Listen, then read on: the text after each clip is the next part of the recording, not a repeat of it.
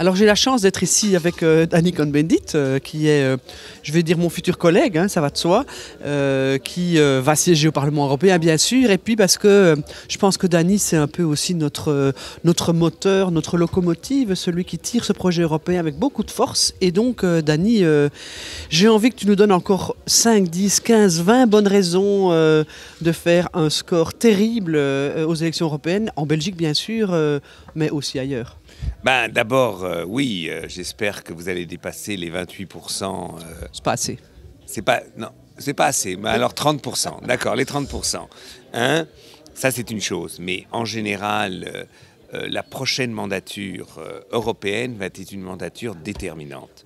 Parce que toute la crise économique et écologique, il faudra la résoudre par un projet, une relance européenne, une relance qui n'est pas une relance, mais une transformation écologique de nos modes de production. Et ça sera décidé la première année de la mandature. Deuxièmement, on aura un grand débat sur la réforme de la politique agricole commune, qui va être déterminante, c'est-à-dire de changer complètement les orientations de l'agriculture intensive, qui sont les orientations Et si tout va bien, le Parlement européen aura quelque chose à dire pour une fois.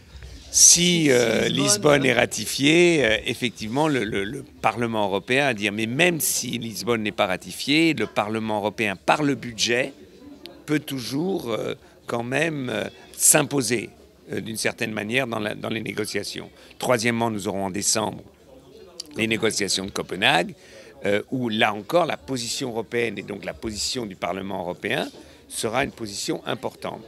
Donc, à tous ceux qui veulent que ça change, à tous ceux qui veulent que l'Europe reste l'Europe et en même temps change et se transforme, eh bien, il faut maintenant, sans état d'âme, y aller et dire... Il faut passer dans le vert. Il faut passer dans le vert, qui est votre pot mot d'ordre. Absolument, absolument. Et qui est un très bon mot d'ordre. Il faut passer dans le vert, il faut y aller dans le vert, et il faut que le groupe des Verts au Parlement européen soit capable justement de défendre nos positions, ses orientations face à ces défis.